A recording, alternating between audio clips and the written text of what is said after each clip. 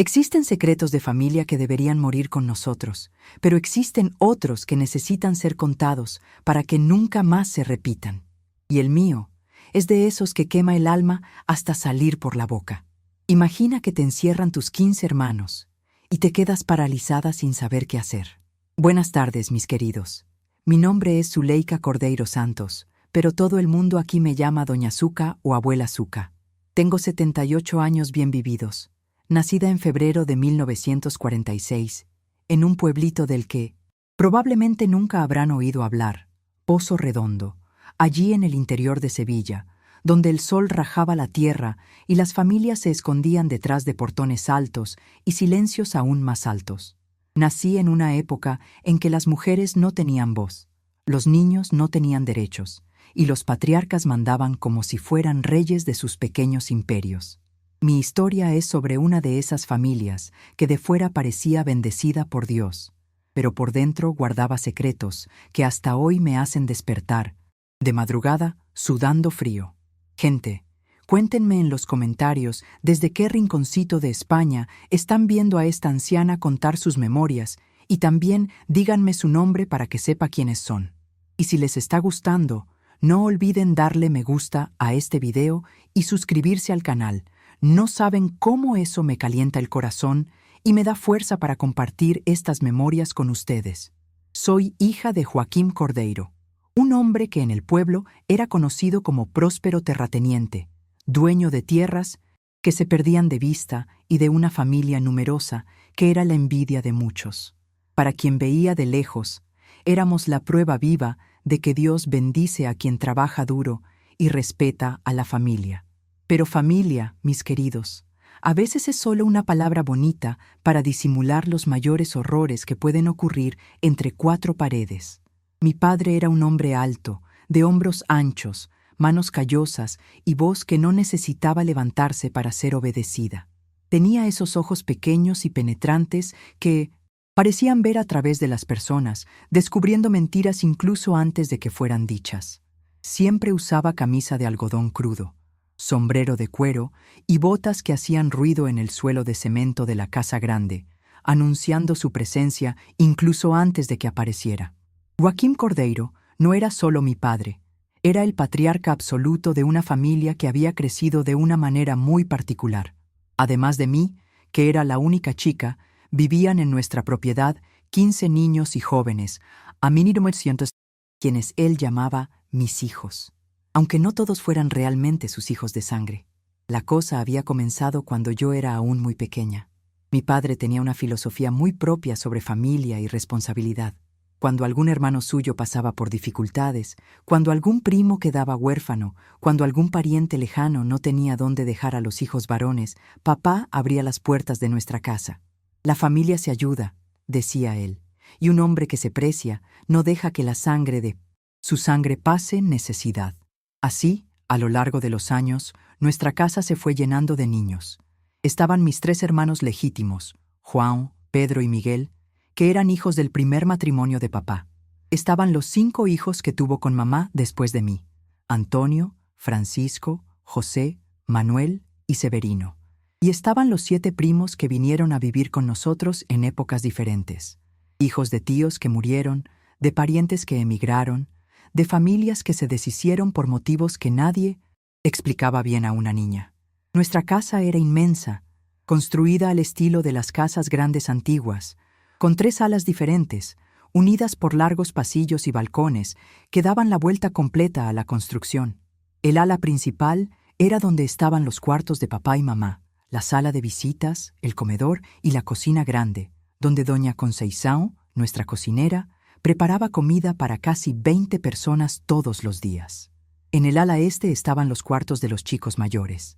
Cada cuarto acomodaba a 2 o 3 de ellos, y era donde se daban las conversaciones de hombres, los secretos que yo no podía saber, las decisiones que se tomaban lejos de los oídos femeninos.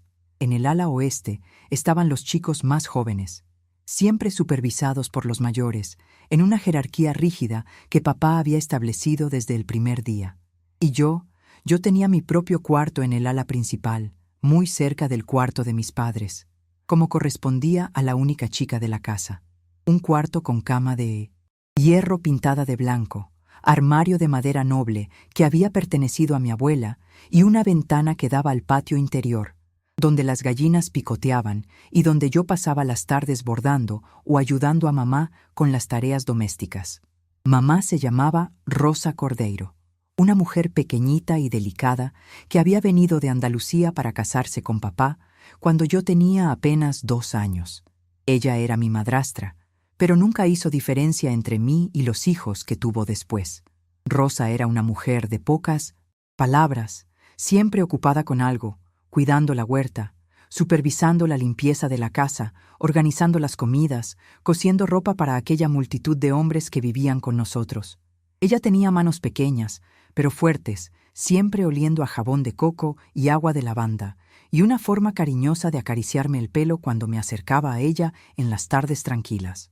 Mamá Rosa nunca hablaba sobre el pasado. Nunca contaba cómo había sido su vida antes de llegar a nuestra hacienda. Era como si ella hubiera nacido el día en que se casó con papá y todo lo que vino antes ya no importara. La rutina de nuestra casa era como un reloj suizo. Todo funcionaba a la hora justa. Cada persona sabía exactamente cuál era su papel y nadie osaba cuestionar las reglas que papá había establecido. Despertábamos todos a las 5 de la mañana con el sonido de la campana que él tocaba en el porche. Los chicos salían para las faenas del campo, cuidar el ganado, alimentar a los cerdos, trabajar en la plantación de maíz y frijol que sostenía a toda esa gente. Yo me quedaba en casa con mamá, aprendiendo las tareas de mujer. Ayudaba a preparar el desayuno para casi 20 personas. Lavaba y planchaba la ropa de todos esos hombres, cuidaba las gallinas, regaba la huerta. Era una vida dura, pero en la época yo lo encontraba normal. No conocía otra forma de vivir. No sabía que existían familias diferentes a la nuestra. Papá controlaba todo con mano de hierro. Decidía qué ropa iba a vestir cada uno, qué comida iba a ser servida, qué trabajo iba a hacer cada chico, incluso hasta qué hora podían quedarse despiertos. Nadie salía de la propiedad sin su permiso. Nadie recibía visitas sin que él lo supiera. Nadie hablaba demasiado alto o reía demasiado alto cuando él estaba cerca, pero su control sobre mí era aún mayor. Yo no podía conversar sola con ninguno de los chicos. No podía salir ni siquiera al patio sin la compañía de mamá.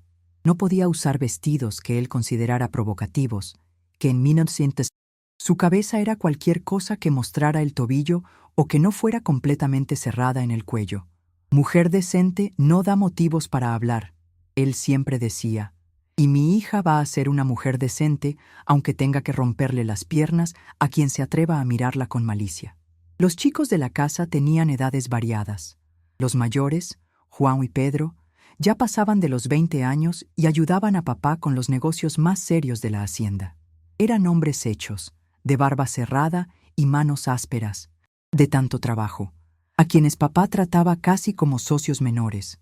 Ellos incluso tenían permiso para salir al pueblo los sábados, siempre y cuando volvieran antes del anochecer y no trajeran malas influencias a casa. Los del medio, que incluían a mis hermanos legítimos, Miguel, Antonio y Francisco, tenían entre 15 y 19 años. Eran los más ruidosos, los que a veces ponían a prueba los límites de la paciencia de papá, los que soñaban con el día en que podrían salir de esa propiedad y conocer el mundo exterior, pero eran también los más leales a papá, los que más reproducían sus comportamientos y sus opiniones. Y los más jóvenes, de 10 a 14 años, eran una mezcla de primos huérfanos y mis hermanos menores.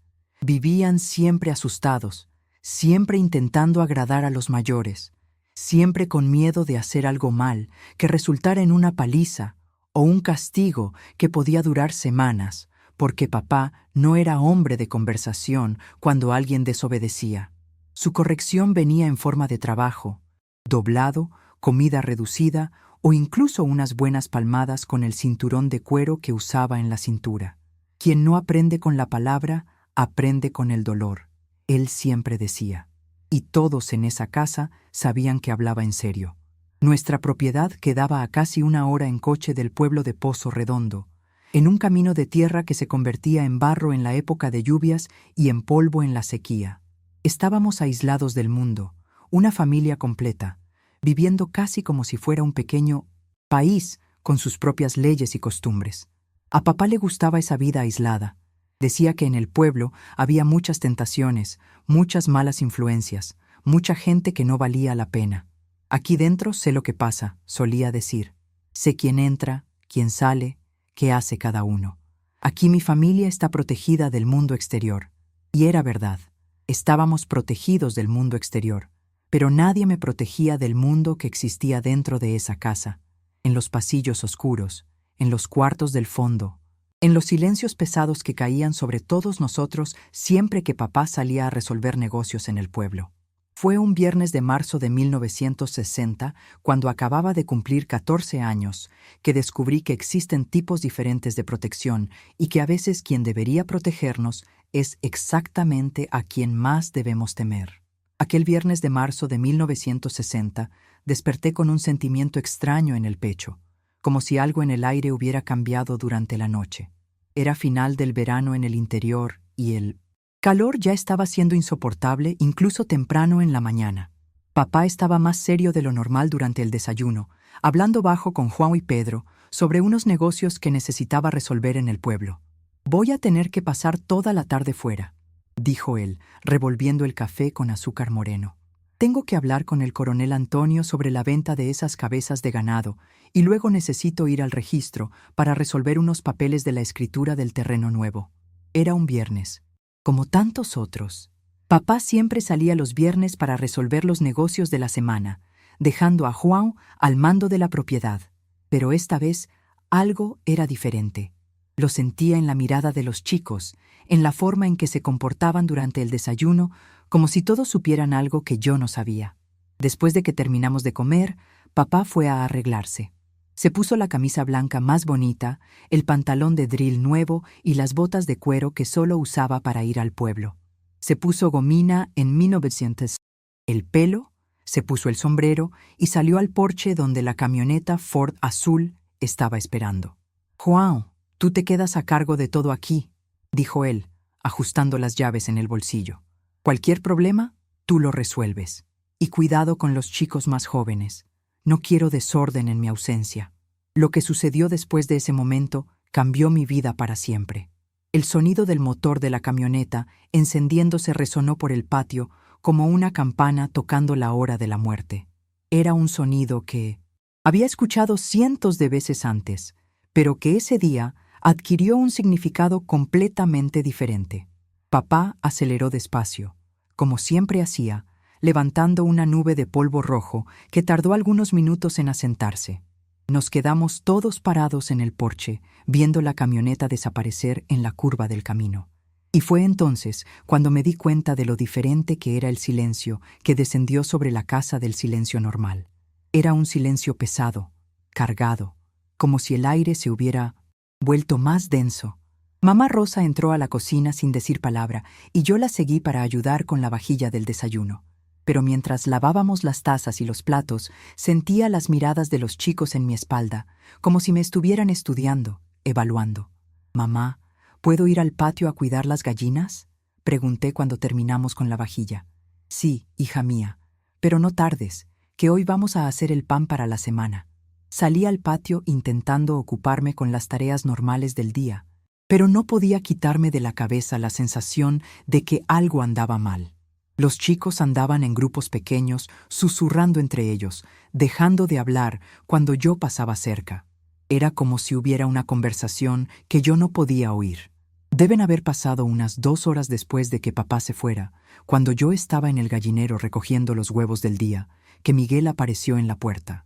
Miguel era mi hermano de sangre, 3 años mayor que yo, un chico alto y delgado que siempre había sido cariñoso conmigo.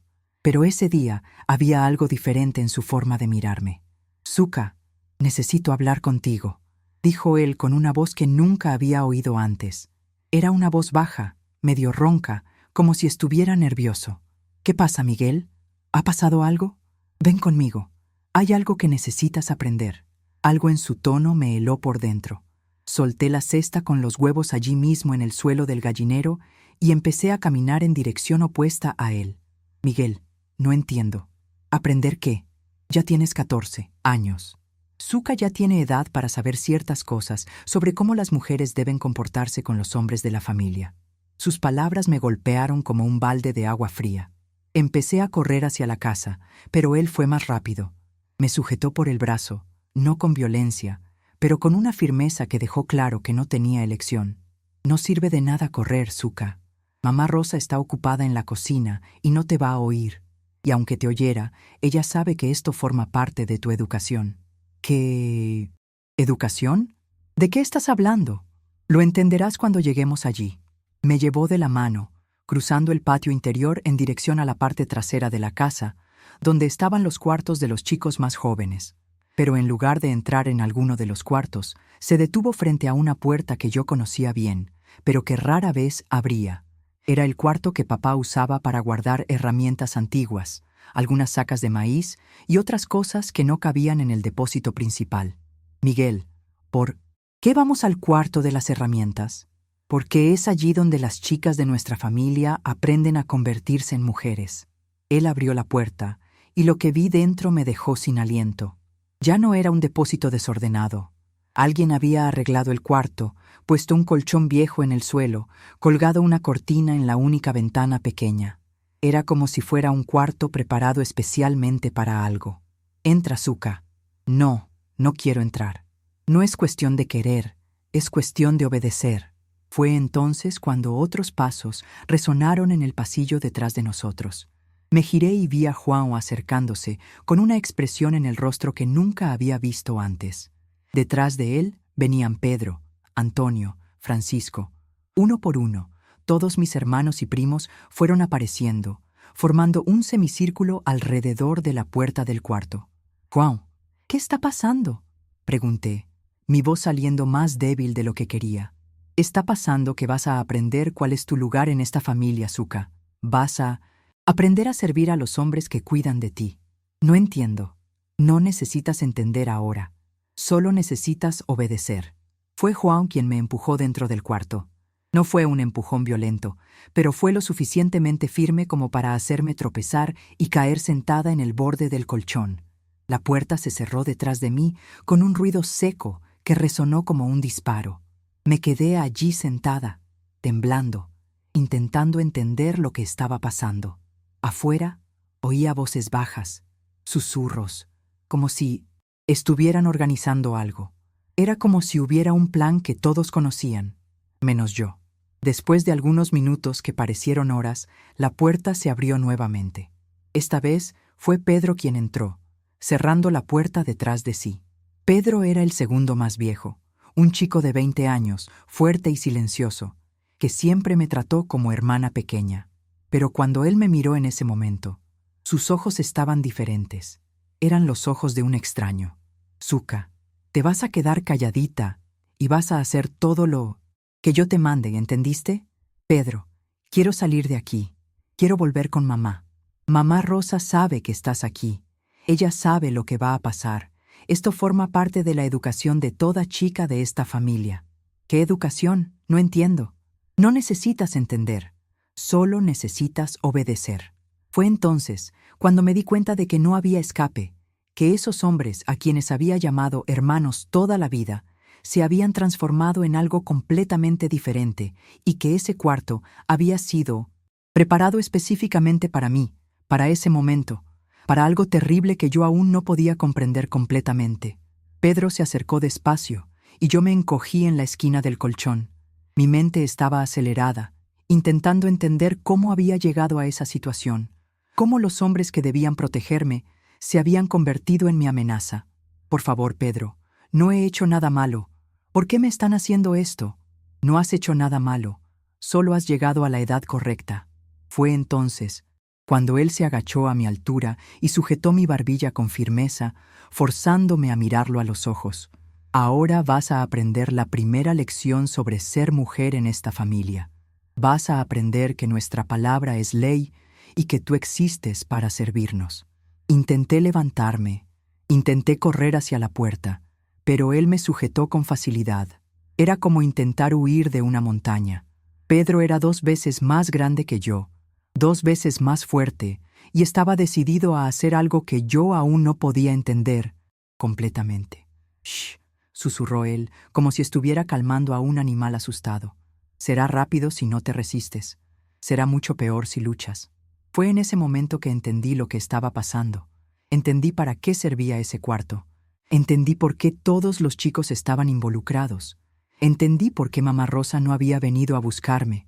Era un ritual, una tradición, algo que sucedía todos los viernes cuando papá salía al pueblo y yo era la nueva participante de ese ritual. Lo que sucedió después, en esos primeros minutos con Pedro, fue el inicio de mi pesadilla. No voy a describir los detalles de lo que él me hizo en ese cuarto, porque algunos dolores son demasiado profundos para ser puestos en palabras. Pero cuando él terminó, cuando se levantó y se arregló la ropa como si nada hubiera pasado, yo ya no era la misma niña que había entrado allí. Ahora es el turno de Miguel, dijo él dirigiéndose a la puerta. ¿Recuerdas? Si gritas, si intentas huir, será peor la próxima vez. Mucho peor. La puerta se abrió y se cerró. Pedro salió, Miguel entró y yo entendí que aquello apenas estaba comenzando. Uno por uno, ellos entraron en ese cuarto. No todos los 15 a la vez. Algunos eran demasiado pequeños, otros se quedaban de guardia para asegurarse de que mamá Rosa no viniera a interrumpirnos. Pero fueron muchos, muchos más de lo que una niña de 14 años debería poder soportar. Entre uno y otro, me quedaba sola por algunos minutos, acostada en ese colchón que olía a mojo y sudor, mirando al techo de madera vieja e intentando entender cómo mi vida se había transformado en ese infierno en cuestión de horas. Fue durante uno de esos intervalos que me levanté, temblorosa, y fui hasta la puerta. Intenté abrir, pero estaba cerrada por fuera. Golpeé despacio, susurrando. «Por favor, déjenme salir. Prometo que no le contaré a nadie. Prometo que seré obediente. Solo déjenme salir». Del otro lado de la puerta, oí la voz de Juan. «Todavía no ha terminado, Zuka. Faltan ahí algunos». Y fue entonces cuando me acerqué a la ventana pequeña y entendí por qué habían puesto esa cortina. No era para oscurecer el cuarto, era para amortiguar los sonidos, para que incluso si yo gritaba, incluso si yo suplicaba por ayuda, nadie de afuera pudiera oír.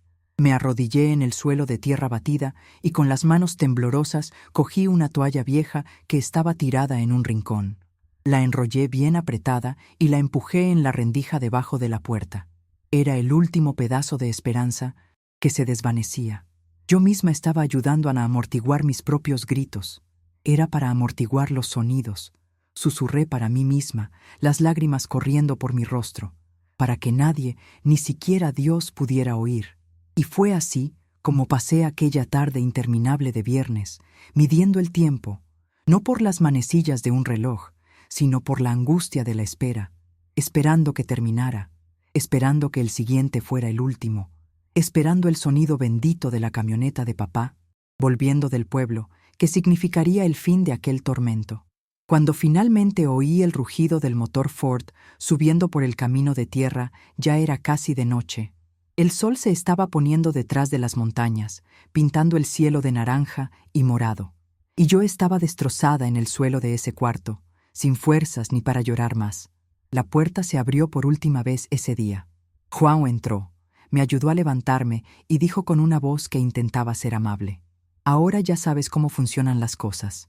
Aquí, todos los viernes, cuando papá salga, vienes a este cuarto. Así ha sido siempre con las mujeres de esta familia. Así será siempre. ¿Y si le cuento a papá? Papá lo sabe, Zuka. ¿Quién crees que construyó este cuarto? Gente, ¿están logrando creer de verdad lo que les estoy contando? Díganme en los comentarios si tenían hermanos y cómo era su relación con ellos. Juro que leeré todos». Las palabras de Juan resonaron en mi cabeza como una campana rota. ¿Papá sabe? ¿Quién crees que construyó este cuarto? En ese momento, todo lo que yo creía sobre mi familia, sobre protección, sobre amor, se desmoronó como un castillo de arena tocado por una ola violenta.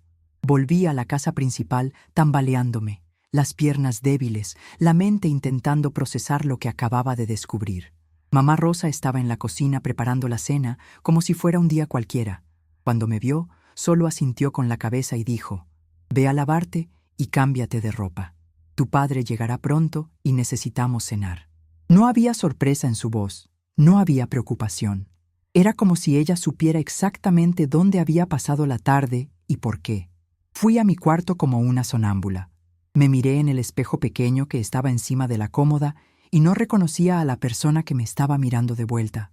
Era aún Zuleika, pero una Zuleika diferente. Una que sabía cosas que no debería saber. Una que había perdido algo que nunca más podría recuperar. Cuando papá llegó esa noche, saludó a todo el mundo normalmente. Preguntó cómo había sido el día. Elogió el olor de la comida que mamá había preparado. Durante la cena, conversó sobre los negocios en el pueblo, sobre el precio del ganado, sobre la lluvia que estaba tardando en llegar.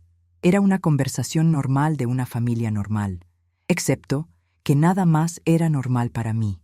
Intenté comer, pero la comida no bajaba.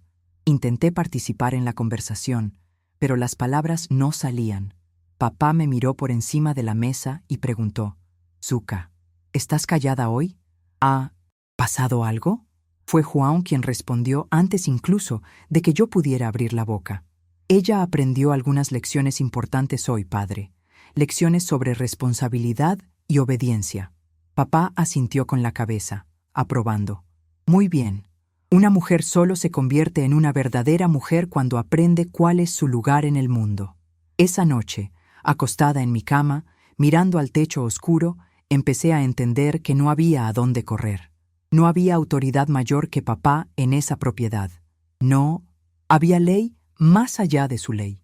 Y aparentemente esa ley incluía lo que me había pasado esa tarde. Pasé la semana entera viviendo en una extraña niebla.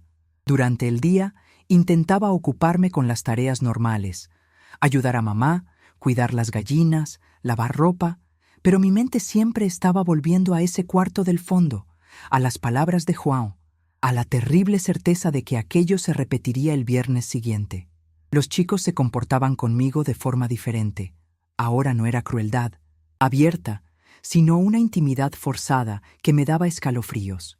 Una mirada demasiado prolongada durante el desayuno, una mano en mi hombro que se apoyaba demasiado tiempo, comentarios con doble sentido que solo yo entendía.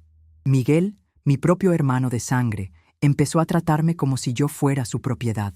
Me mandaba a buscar agua para que él se lavara, me mandaba a arreglar su cama, me hablaba en un tono de autoridad que nunca había usado antes.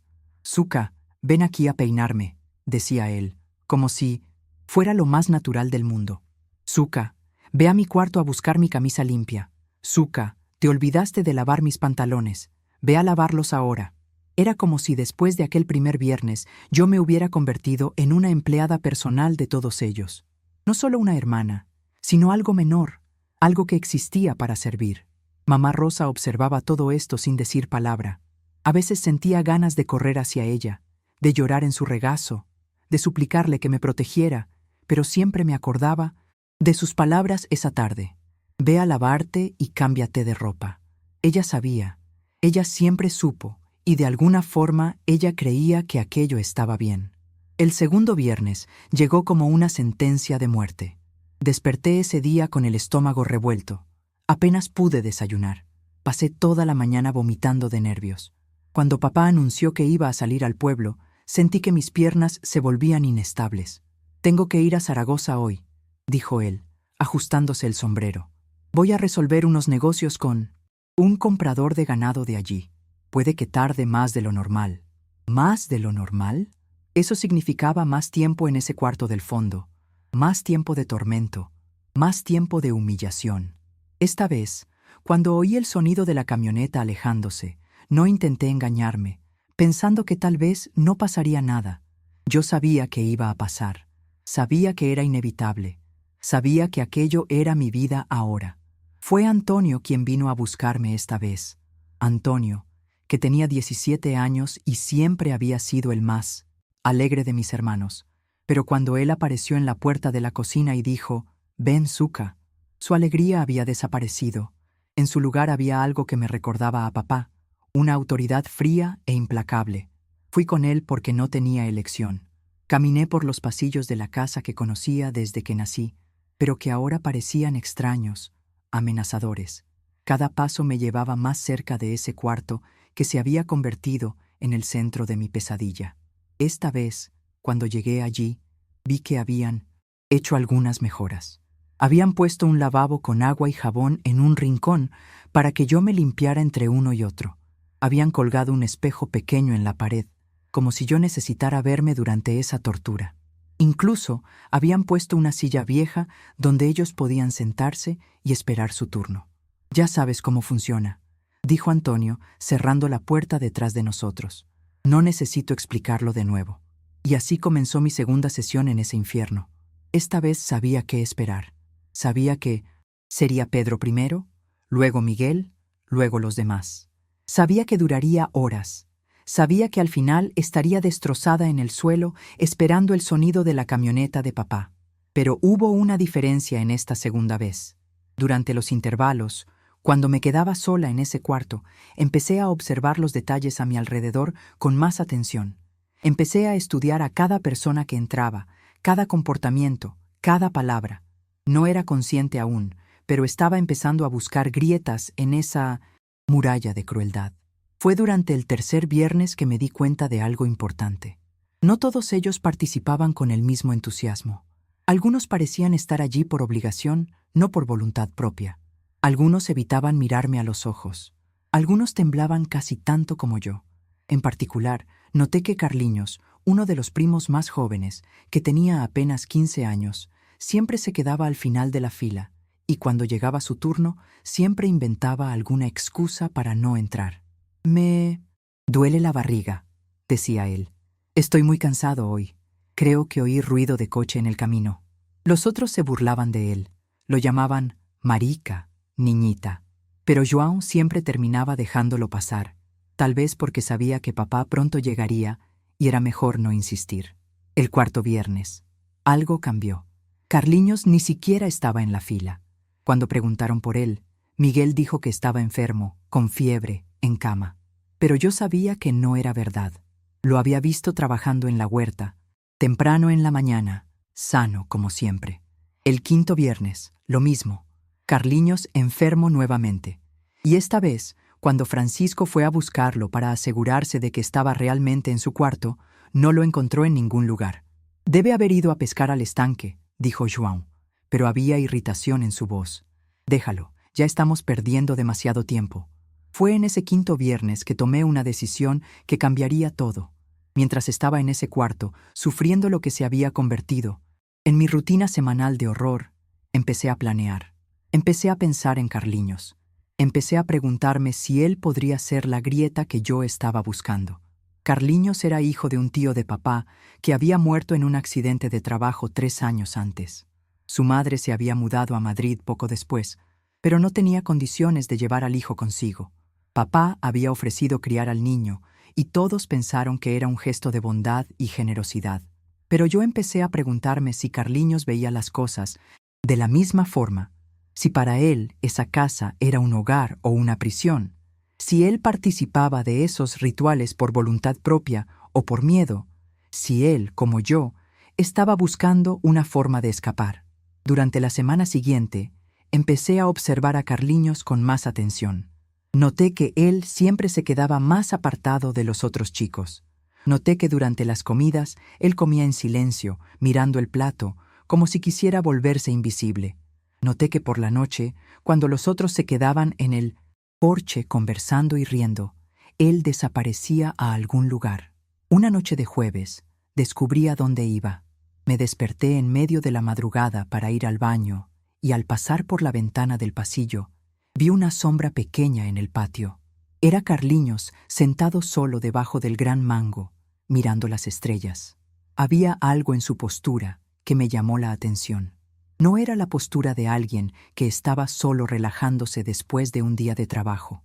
Era la postura de alguien que estaba sufriendo, alguien que estaba perdido, alguien que tal vez estaba buscando respuestas en el cielo nocturno. El viernes siguiente, cuando papá anunció que iba a viajar a Extremadura, a resolver unos problemas con la documentación de unas tierras, sentí el familiar nudo en el estómago. Pero esta vez, junto con el miedo, había algo más. Había un plan formándose en mi cabeza. Cuando João vino a buscarme, como siempre hacía, fui con él sin resistir.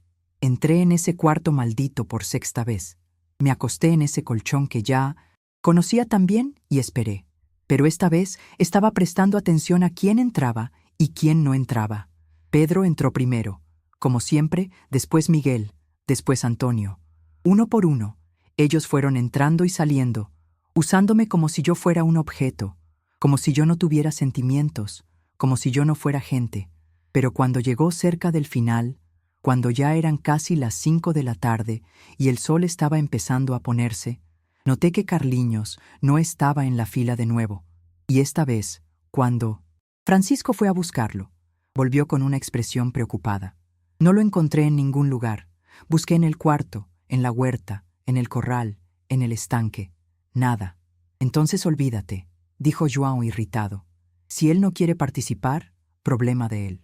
Cuando papá llegue y descubra que está huyendo de sus responsabilidades, él que se explique. Pero yo sabía que Carliños no estaba huyendo de las responsabilidades. Él estaba huyendo de la tortura. Y en ese momento, mirando al techo de ese cuarto, donde todo lo malo que había sucedido en mi vida había comenzado, tuve la certeza de que había encontrado mi grieta. Carliños era como yo. Carliños estaba sufriendo y tal vez, solo tal vez, él estuviera dispuesto a ayudarme a romper ese ciclo de horror que se había convertido en nuestra vida. En la semana que siguió, mi vida se transformó en una cuidadosa estrategia de observación. Sabía que necesitaba acercarme a Carliños de alguna forma, pero también sabía que no podía ser obvia. Cualquier movimiento en falso, cualquier conversación sospechosa. Y João o uno de los otros podría desconfiar y empeorar todo para mí. Durante los días, continué con mis obligaciones normales: ayudar a mamá Rosa en la cocina, cuidar las gallinas, lavar ropa. Pero ahora cada tarea tenía un propósito doble. Cuando iba a buscar leña al patio trasero, buscaba a Carliños. Cuando tendía la ropa en el tendedero, lo vigilaba. Cuando ayudaba a servir las comidas, prestaba atención a cómo se comportaba con los demás. Lo que descubrí fue revelador. Carliños era tratado por los otros chicos como un paria. No era crueldad abierta, sino una especie de desprecio sutil que yo empecé a reconocer. Durante las comidas siempre le tocaba el peor trozo de carne, la silla más incómoda. Cuando se repartían tareas, siempre le daban el trabajo más pesado y desagradable. Y cuando hacían bromas o contaban historias, él nunca era incluido. Era como si fuera tolerado allí, pero no aceptado. Como si su presencia fuera una obligación, no un placer. Y cuanto más observaba, más me daba cuenta de que esto no era por casualidad. Había algo en Carliños que incomodaba a los demás, algo que lo hacía diferente de la manada. Un martes por la mañana, finalmente conseguí mi primera oportunidad real de hablar con él. Mamá Rosa me había mandado ir al estanque pequeño a buscar agua para lavar ropa. Y cuando llegué allí, encontré a Carliños sentado en la orilla, con los pies en el agua, mirando a la nada. «Hola, Carliños», dije yo, bajando el cubo al agua. Él se asustó, como si lo hubieran pillado haciendo algo malo. «Hola, Zuka. Disculpa, ya me iba». «No necesitas irte por mi culpa. El estanque es lo suficientemente grande para los dos». Él me miró con una expresión extraña, como si no estuviera acostumbrado a la amabilidad de alguien de la familia. Nos quedamos algunos minutos en silencio, yo llenando el cubo despacio para ganar tiempo, él moviendo los dedos en el agua. «Carliños», dije yo, finalmente, «¿puedo hacerte una pregunta?» «Puedes. ¿Te gusta vivir aquí?» La pregunta lo tomó desprevenido. Él me miró con los ojos muy abiertos, como si yo hubiera preguntado algo peligroso. «¿Por qué preguntas eso?» «Solo curiosidad. Debe ser difícil estar lejos de tu madre, ¿no?» Fue como si yo hubiera tocado una herida abierta. Vi lágrimas formándose en sus ojos y él intentó esconderlas, desviando la mirada. «A veces sueño que ella viene a buscarme», susurró él, «pero sé que nunca pasará. Ella ni siquiera tiene dinero para el billete de autobús. ¿Y si pudieras salir de aquí, te irías?» Él me miró directamente a los ojos por primera vez. «¿Por qué preguntas estas cosas, Zuka? Si alguien oye, nadie va a oír. Es solo entre nosotros dos». Carliños se quedó callado por un largo tiempo, como si estuviera pensando si podía confiar en mí. Finalmente su voz salió bajita, casi un susurro. «Me iría corriendo. Me iría hoy mismo si pudiera». ¿Por qué? Tú sabes por qué. Y fue en 1907. Ese momento que entendí que él sabía sobre el cuarto del fondo, sabía sobre los viernes, sabía sobre el horror que yo vivía cada semana, y más importante, él no quería formar parte de eso. Carliños, dije yo, mi voz temblando de nerviosismo.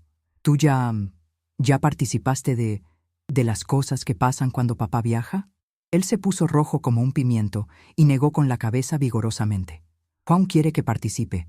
Dice que es parte de ser hombre en esta familia, pero yo no puedo. No está bien, Zuka. No está bien lo que te hacen. Sentí una ola de alivio tan grande que casi me desplomo allí mismo en la orilla del estanque. Había encontrado a alguien que veía la situación de la misma forma que yo, alguien que sabía que aquello estaba mal, alguien que tal vez pudiera ayudarme. ¿Y qué haces cuando te mandan ir allí? Me escondo. Invento que estoy enfermo, desaparezco en el monte, cualquier cosa para no tener que hacer eso contigo. ¿Y no se enfadan? Sí se enfadan. Juan dijo que si sigo negándome, le va a decir a tu padre que soy un cobarde, un inútil. Dijo que tu padre puede echarme. ¿Y tienes miedo de que te echen? Tengo y no tengo. Tengo miedo porque no sé a dónde ir. Pero también a veces pienso que sería mejor estar en cualquier lugar que no fuera aquí. Terminé de llenar el cubo, pero no me levanté para irme.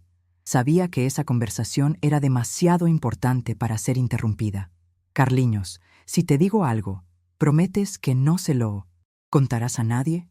Prometo. Estoy pensando en una forma de salir de esta situación, pero no puedo hacerlo sola. Necesito a alguien que me ayude. Él me miró con una mezcla de esperanza y miedo. ¿Qué tipo de ayuda? Aún no sé bien, pero sé que tiene que ser alguien de dentro de la familia, alguien que conoce el esquema, alguien en quien confían y que, al mismo tiempo, sea alguien que no está de acuerdo con lo que está pasando. ¿Estás hablando de mí? Estoy. Carliños se quedó callado por un largo tiempo, moviendo nerviosamente las manos. Yo podía ver que él estaba luchando consigo mismo, sopesando los riesgos, intentando decidir si podía confiar en mí. Si ellos descubren que hablamos de esto, dijo él finalmente, no lo van a descubrir. Vamos a ser cuidadosos. ¿Y qué quieres que haga? Por ahora, nada. Solo quiero saber si puedo contar contigo cuando llegue el momento. Si cuando tenga un plan, me ayudarás a ejecutarlo. ¿Y cuál sería ese plan? Aún no sé, pero tiene que ser algo que exponga lo que están haciendo, algo que obligue a papá a parar con esto. Tu padre sabe lo que pasa, Zuka. Él fue quien mandó construir ese cuarto. Lo sé, pero una cosa es que él lo sepa y lo permita en secreto. Otra cosa es que se haga público si otras personas del pueblo lo descubren. A papá le importa mucho su reputación. Carliños asintió lentamente. Es verdad. Se pondría furioso si alguien de fuera lo supiera. ¿Entonces me vas a ayudar? Él respiró hondo, como si estuviera tomando la decisión más importante de su vida. Voy. No aguanto más vivir así. No aguanto más saber que estás sufriendo y yo no hago nada para ayudar. Levanté el cubo pesado de agua y empecé a caminar de vuelta a casa. Pero antes de salir de cerca del estanque, me giré hacia él por última vez. Carliños, a partir de ahora, vamos a tener que fingir que somos solo primos normales. No podemos dar ninguna señal de que somos aliados. ¿De acuerdo? De acuerdo. Pero ¿cómo nos vamos a comunicar? Déjamelo a mí. Voy a pensar en una forma. En los días que siguieron, Carliños y yo desarrollamos un sistema discreto de comunicación. Cuando yo quería hablar con él, dejaba una piedra pequeña en el alféizar de la ventana de la cocina. Cuando él veía la piedra, sabía que debía encontrarme en el estanque después de la cena.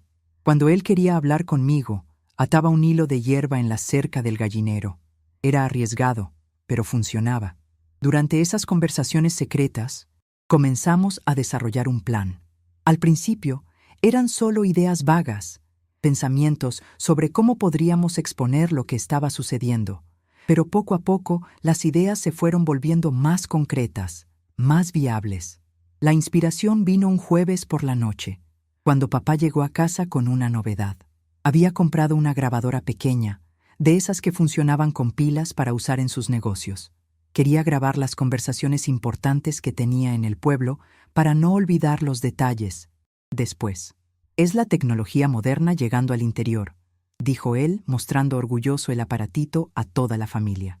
Con esto, no pierdo más ningún detalle importante de mis negociaciones. Cuando vi esa grabadora, supe inmediatamente cuál sería nuestro plan. Era perfecto.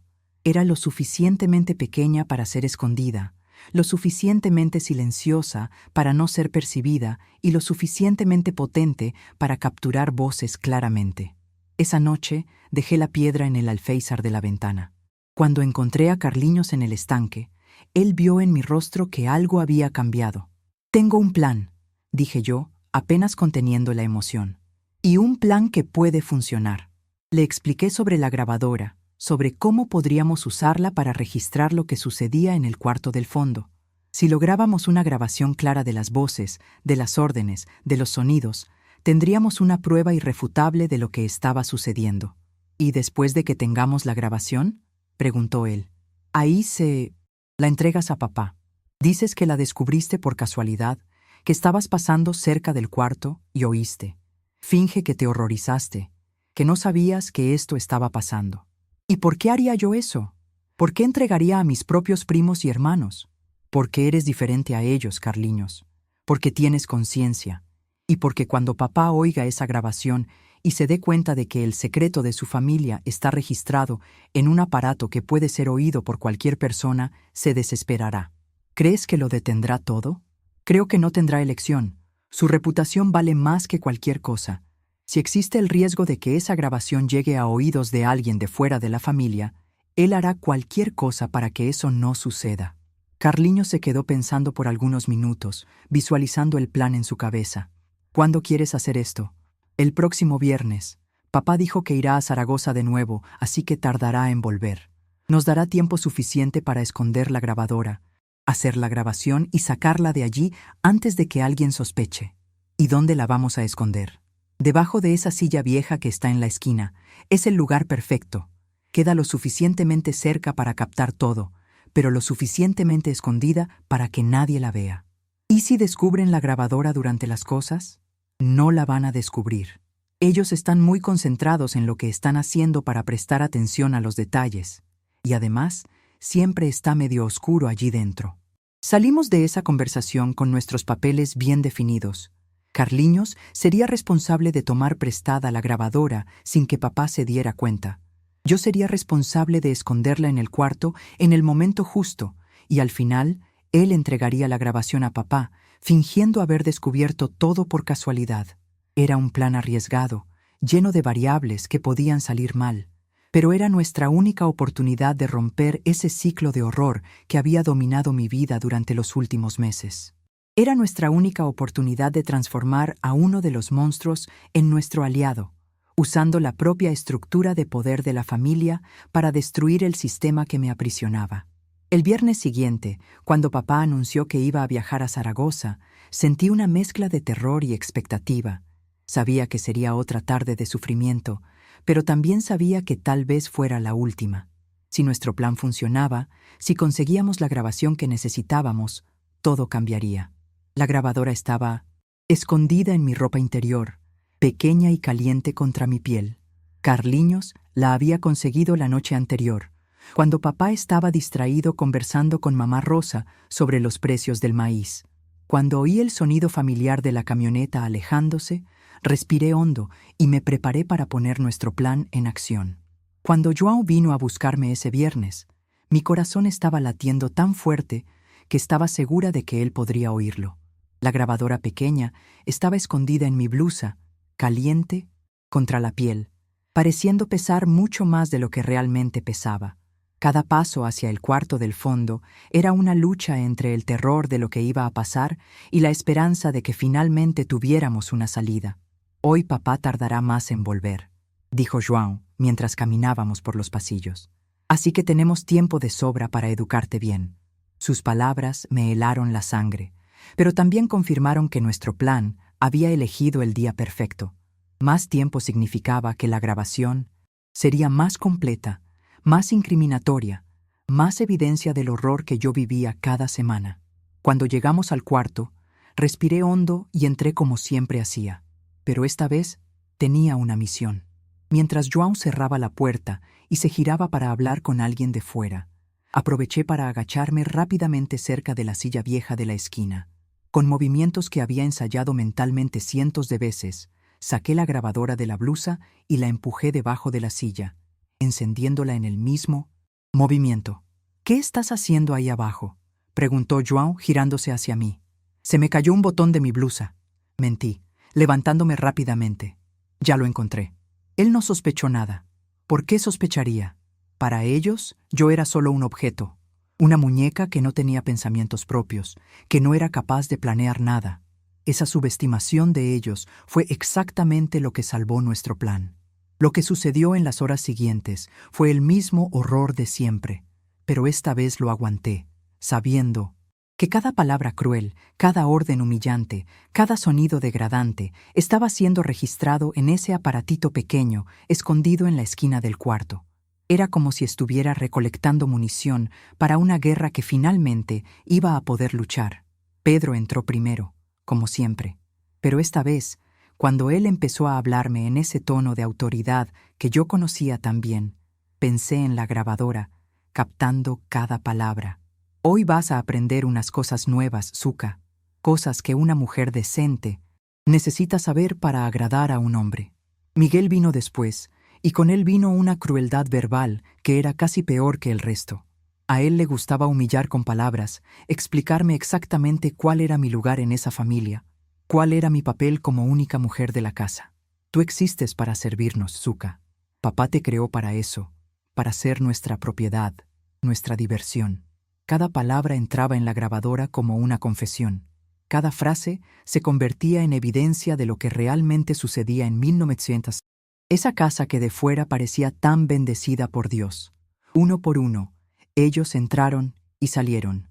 Antonio, Francisco, José, Severino, algunos de los primos mayores, cada uno dejando su marca de crueldad registrada en ese aparato que ellos ni soñaban que existía. Lo más difícil fue cuando llegó el turno de Manuel, mi hermano menor de sangre, que tenía apenas 16 años. Ver a alguien a quien yo había ayudado a criar, a quien yo había cuidado cuando era pequeño, tratándome como si yo fuera menos que humana, fue un dolor que cortó más profundo que cualquier herida física.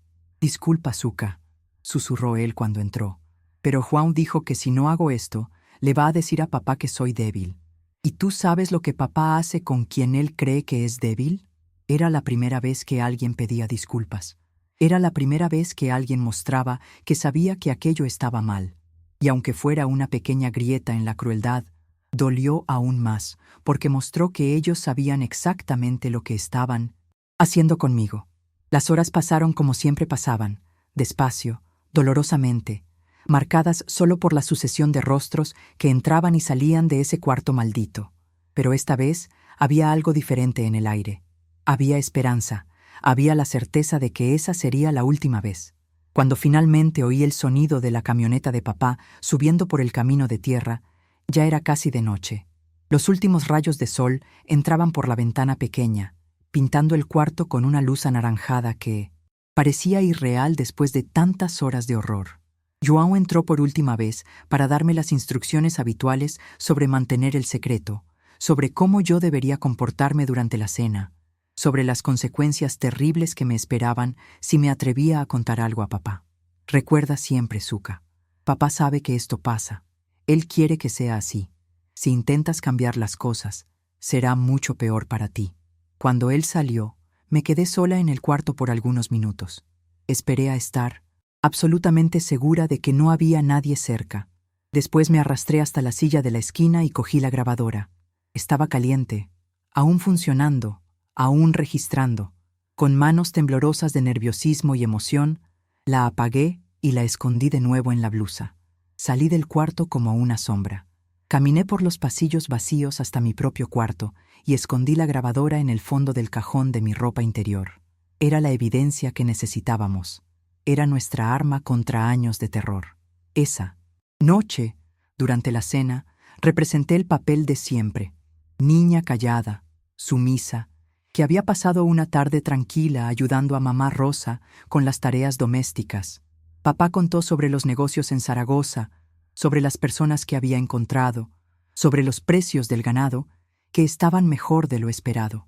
Fue un día productivo, dijo él, cortando el trozo de carne asada que mamá había preparado. Resolví unos negocios importantes, hice unos contactos nuevos. Nuestra familia está prosperando, gracias a Dios. Si él supiera lo que realmente había sucedido en esa casa mientras él estaba fuera, si supiera que su prosperidad estaba siendo construida sobre el sufrimiento de su propia hija, pero pronto lo sabría. Pronto oiría cada palabra, cada gemido, cada orden cruel que había sido registrada en esa cinta pequeña escondida en mi cuarto. El sábado por la mañana, dejé la piedra en el alféizar de la ventana de la cocina. Cuando encontré a Carliños en el estanque después del almuerzo, él vio inmediatamente en mi rostro que el plan había funcionado. ¿Lo conseguiste?, preguntó él, apenas conteniendo la ansiedad. Lo conseguí. Está todo grabado.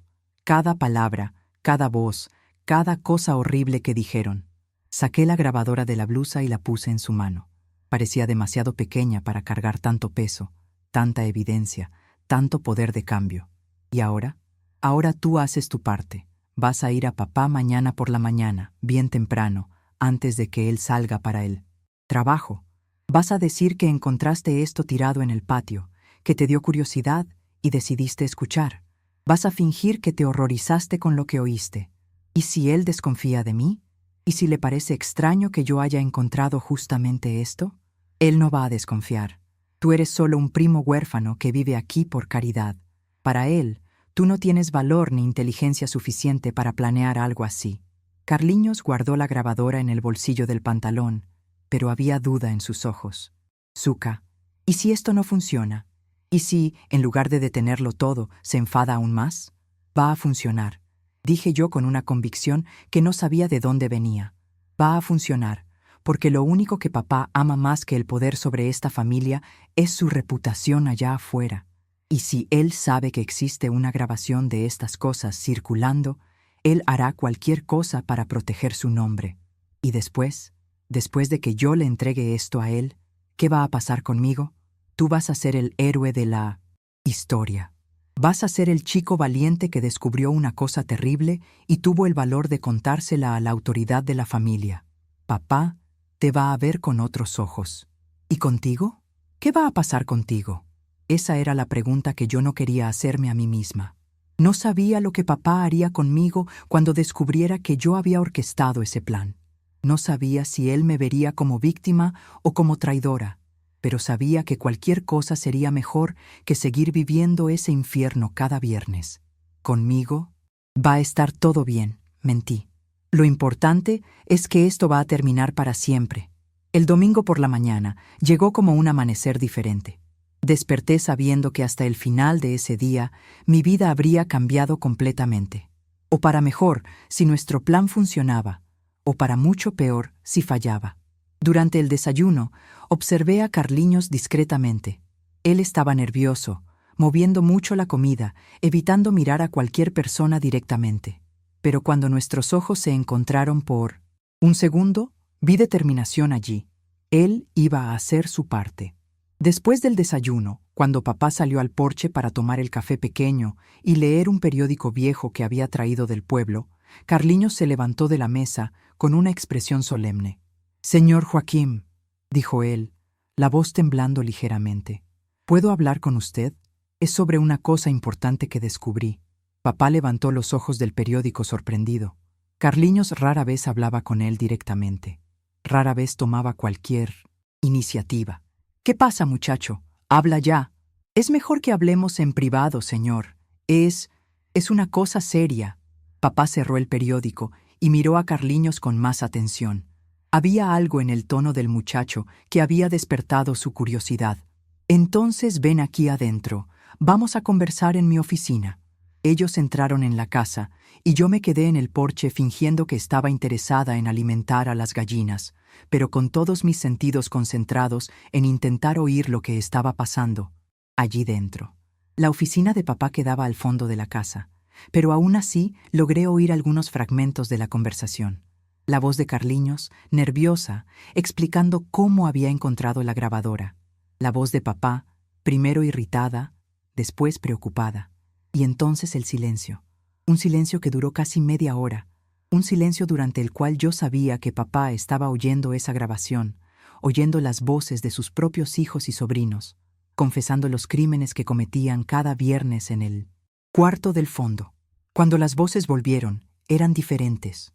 La voz de papá estaba más baja, más controlada, más cargada de una furia que yo podía sentir incluso de lejos.